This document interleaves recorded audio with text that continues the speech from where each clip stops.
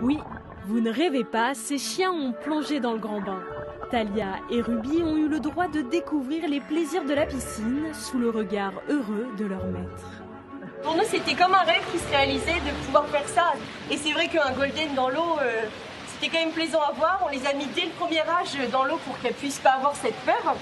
Et puis de partager ça avec d'autres chiens et voir aussi le monde animalier. Mais de cette manière-là, je trouve ça vraiment génial de ce que vous avez fait. Tous n'étaient pas aussi à l'aise et certains ont eu besoin d'un peu d'aide.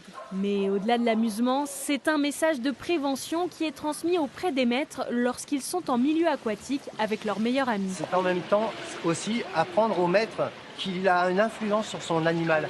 Et en fait, l'influence, elle peut être positive ou négative. Et en fait, comme je leur expliquais, leur position de corps, leur position avec leurs mains sur la laisse peut être quelque chose d'influent.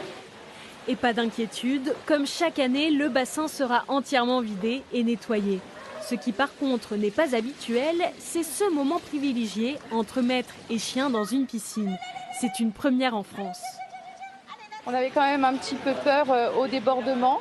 Mais bon, quand on voit comment ça se passe, on se dit qu'en fait, ils sont super calmes. Et je pense que l'année prochaine, on pourra peut-être élargir un petit peu plus le nombre et le temps de baignade également. De quoi resserrer les liens entre toutou et propriétaire. Main dans la pâte, on ne sait finalement plus qui donne les ordres pour sortir.